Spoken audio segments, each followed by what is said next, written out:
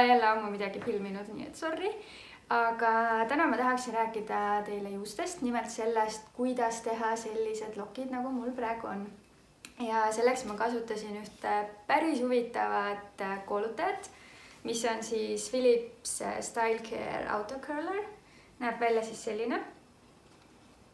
Mis temas nagu teistsugust on kindlasti see, et kui tavaliselt, kui mina kasutan koonustange, siis ma alailma kõrvetan ennast ära, siis ma lihtsalt kogemata haaran näpuga sellest torust kinni, mis siis lokke teeb.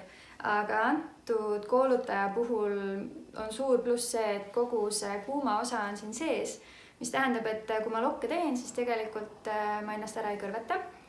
Ja ma räägin sellest siis natuke lähemalt ka. Et lülitan ta käima ikka nagu siit ja kui see tuli hakkab alguses vilkuma, siis ta soojeneb ja kui tuli enam ei vilgu, siis ta on paraja kuumuse peal. Kuna mul on üsna sellised pehmed juuksed ja nad on niikuinii lokkis, siis ma kasutan kuumust 170.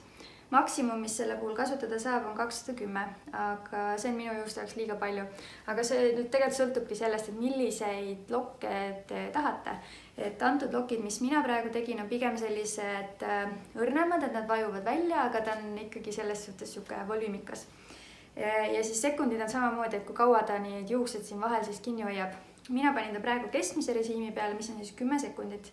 Ja kui ma neid lokke teen, siis siin saab ka valida kummale poole ta neid lokke keerab, kas siis näost eemale vasakule või näost eemale paremale. Ja tavaliselt ma kasutangi nii, et pool pead ma teen ühe režiimiga ja siis pool pead lihtsalt seda nuppu siis vajutan ja läheb teistpidi.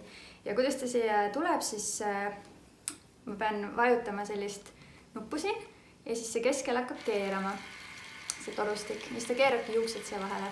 Et kui te videot edasi vaatate, siis te näete, kuidas täpselt toimub. Ja siis käivad sellised piiksud.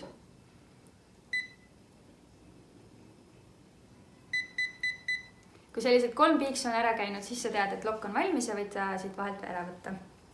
Aga üldmulje ma olen seda nüüd kasutanud äkki nädal aega. Et see võtab harjumist, kuidas need juuksed siia vahele panna ja kuidas seda üldse normaalselt kasutada. Aga mulle täitsa meeldib, et midagi teistsugust. Muidugi hind on tal päris krõbe, et ta on minu teada veidi üle 100 euro. Et võrreldes teiste koolutajatega ikka päris suur hinnavahe. Aga samas ta teeb oma töö ära. Ja ma loodan, et teile meeldib see video ja kui meeldib, siis pange minu kanalile subscribe.